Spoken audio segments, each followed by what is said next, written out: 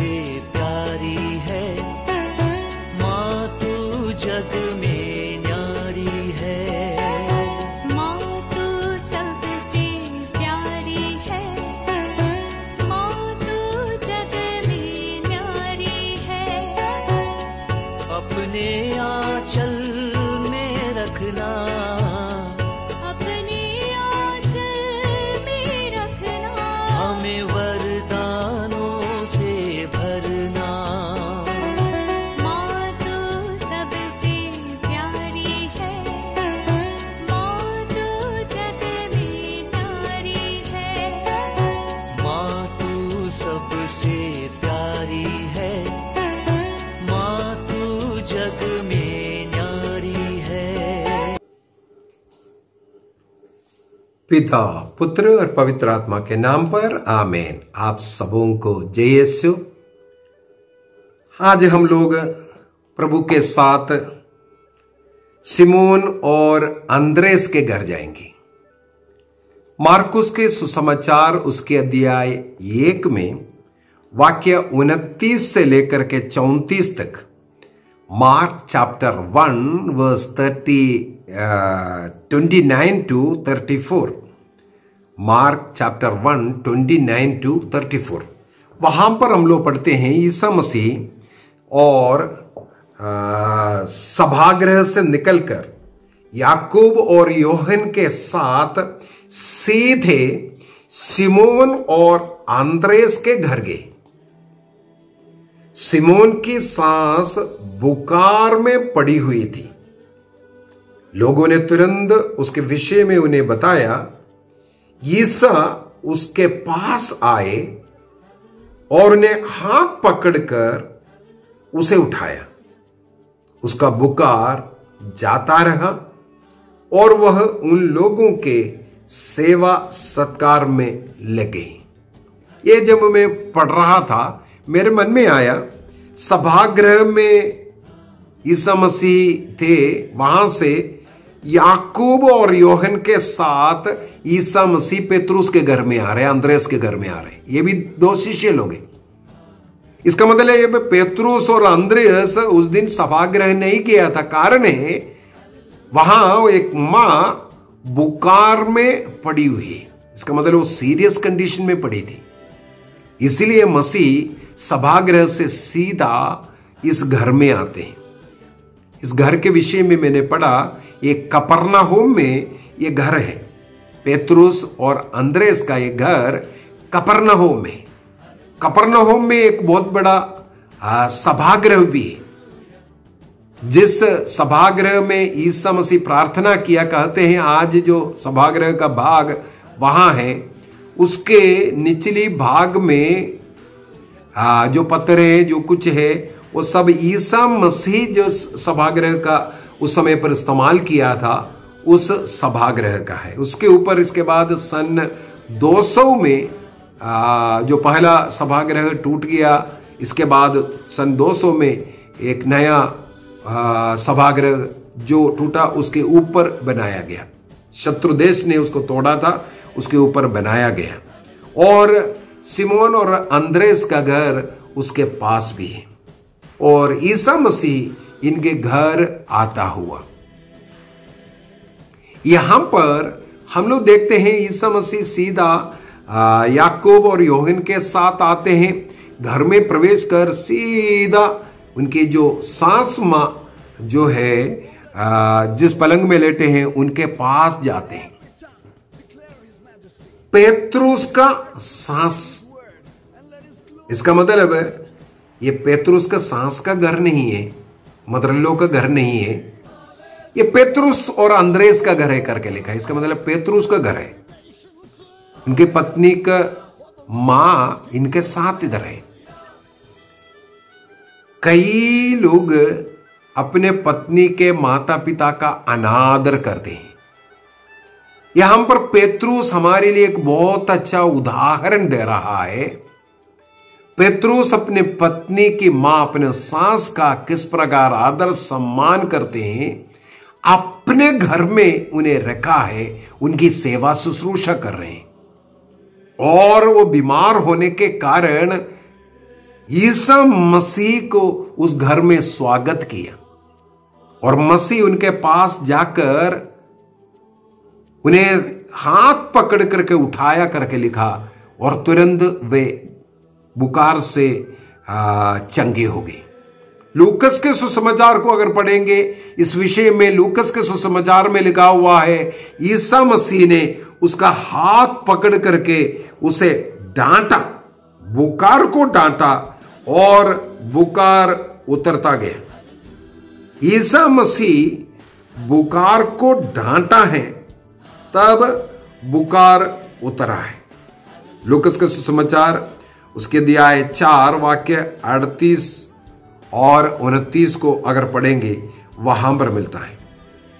बुखार को डांटना अर्थात बीमारी जो कई बार शैतान के कारण होता है।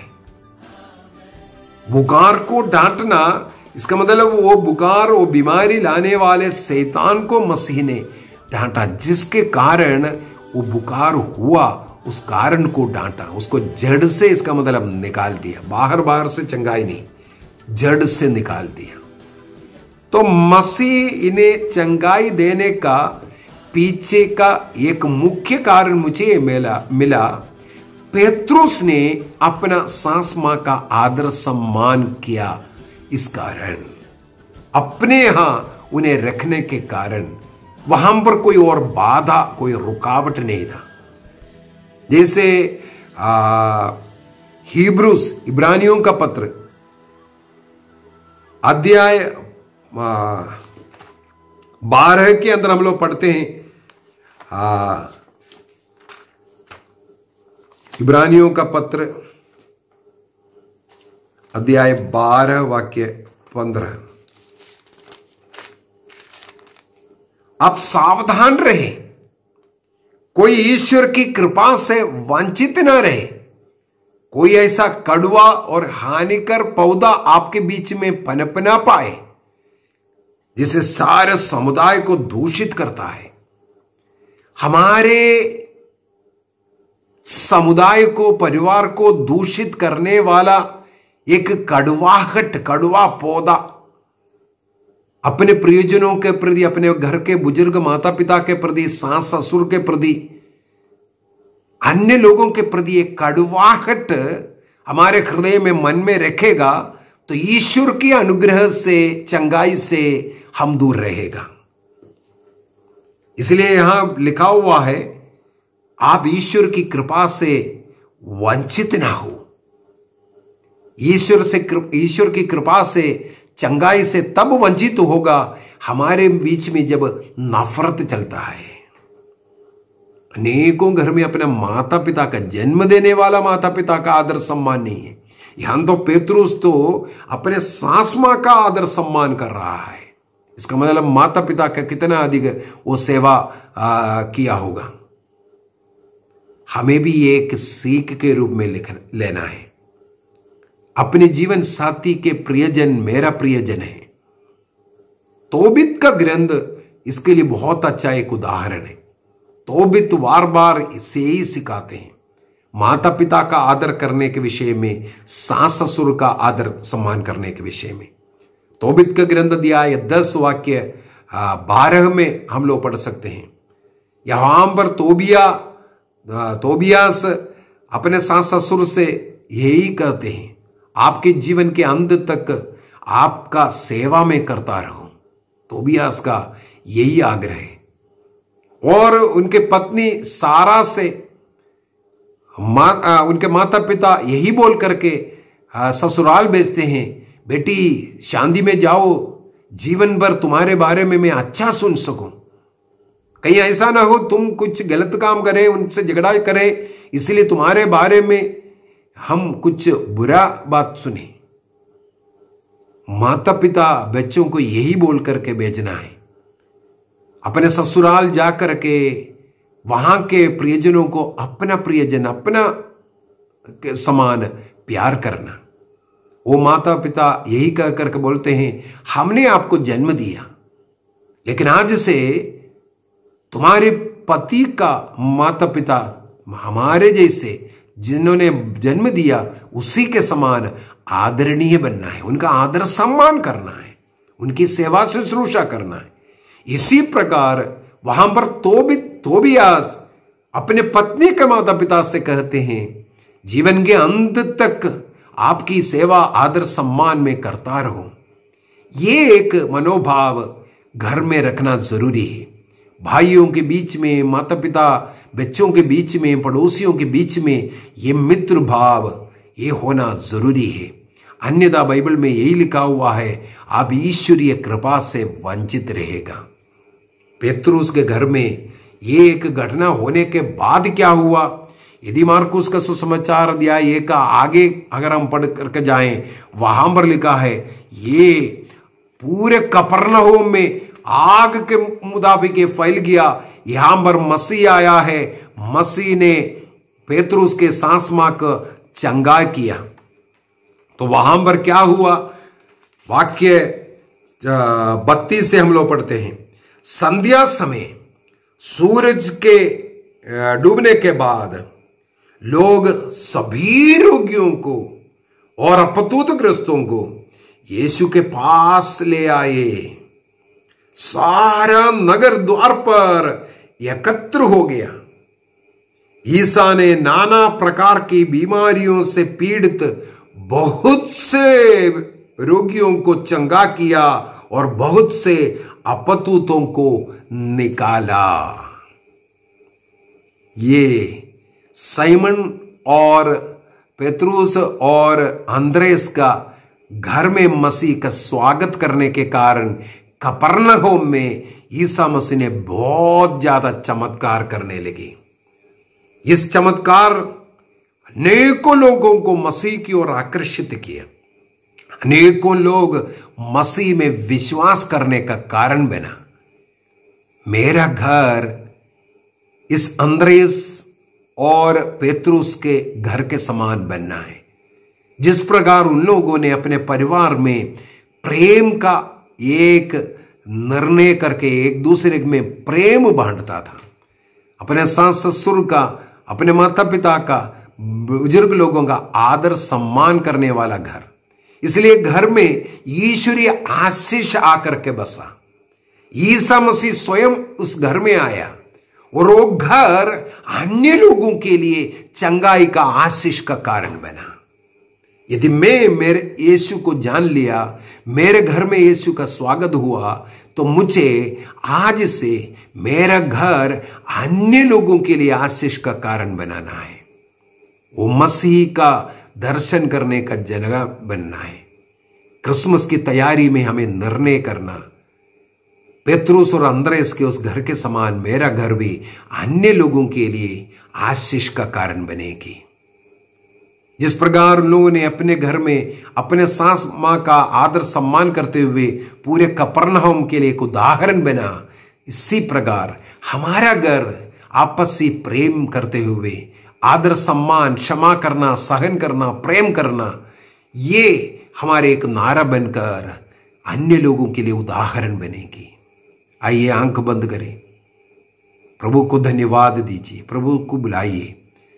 जिस प्रकार अंद्रेस पेतरुस के घर में आप गया, वहां मां को आपने चंगाई दिया, उसी प्रकार मेरे घर में जितने भी बीमार लोग हैं उन्हें समर्पित करता हूं प्रभु। जो बिस्तर पर है, जो अस्पताल में है, यीशु आइए। जिस प्रकार वो सांस मां का अपने हाथ पकड़ करके उठाया, उसी प्रकार मुझे और मेरे परिवार के जनों को जो बीमार है, हाथ पकड़ करके उठाइए प्रभु। इस बीमारी से, इस दुख से, इस तकलीफ से, इस शैतान के बंधनों से मुझे छुड़ाइए प्रभु। आइए प्रभु, आइए प्रभु। ऐसे अनेकों लोगों के लिए मैं प्रार्थना करता हूं इस समय पर बीमारी के कारण कष्ट पीड़ा सह रहा है। कोविड से सबों को मुक्ति मिले, कोविड के भय से लोगों को मुक्ति मिले। हर एक व्यक्ति चर्च जाने लगे, मिस्सा बलिदान में रोज जाने का निर्णय करे, प्रभु यीशु मसीह को रोज ग्रहण करने का, घर में हर रोज पारिवारिक प्रार्थना करने का निर्णय करे। पेतरुस अंद्रेस के समान मसीह का सेवक बनने का निर्णय करे। वो अपने जीवन में भी उतार कर केवल सुसमाचार का घोषणा करने वाला नहीं, बल्कि वह अपने जीवन के द्वारा, रहन सहन के द्वारा अन्य लोगों के लिए सुसमाचार बना। किस प्रकार वो अपने घर के बुजुर्ग लोगों का आदर सम्मान करता है, सेवा करता है, स्वागत करता है, उसी प्रकार हमें भी निर्णय करना है। अपने जीवन साथी के प्रियजनों पर दया करेंगे, प्यार करेंगे, उनका आदर सम्मान करने का, घर के सब बुजुर्ग लोग, अन्य लोग, भाई बहनों के साथ प्यार की जिंदगी जीने का। किसी से भी एक दिन नफरत है, निर्णय कीजिए। याकूब का पत्र दिया है 5:15 में लिखा है, यदि आप में कोई बीमार है, चर्च से पुरोहित को बुलाइए, वो प्रार्थना करेगा, आप चंगाई प्राप्त करेगा। यदि किसी को किसी से शिकायत है, एक दूसरे को क्षमा करो। चंगाई मिलने के लिए क्षमा करना जरूरी है, मेल मिलाप में रहना जरूरी है। जब हम क्षमा करेंगे हमें चंगाई मिलेगा। यदि नफरत रखेगा, कड़वाहट को रखेगा, ईश्वर को अनुग्रह आने में बाधा उत्पन्न करेगा। निर्णय कीजिए, सभी रोगियों को चंगाई मिले, सबों को अनुग्रह आशीष मिले, यीशु के नाम पर। निसंतानों को संतान मिले, उनके बच्चेदानी, फिलिपियन ट्यूब, ओवरीज, सारे सिस्ट, सब कुछ नष्ट हो जाए यीशु के नाम पर। सबों को चंगाई मिले।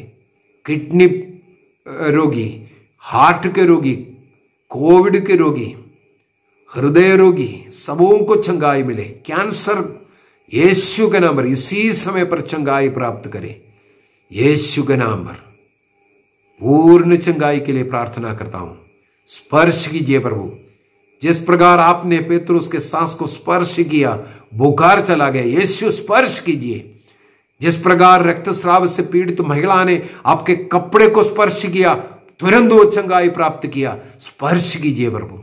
जिस प्रकार आपने कोढ़ी को स्पर्श किया, उसी क्षण वो शुद्ध हुआ। यीशु स्पर्श कीजिए, हर एक को स्पर्श कीजिए प्रभु, यीशु के नाम पर पूर्ण चंगाई मिले। हालेलुया। धन्यवाद यीशु, धन्यवाद यीशु, धन्यवाद यीशु। पिता, पुत्र और पवित्र आत्मा के नाम पर आमीन। आप सबों को जय यीशु। प्रभु का अनुग्रह, आशीष, चंगाई आपके साथ सदा रहे।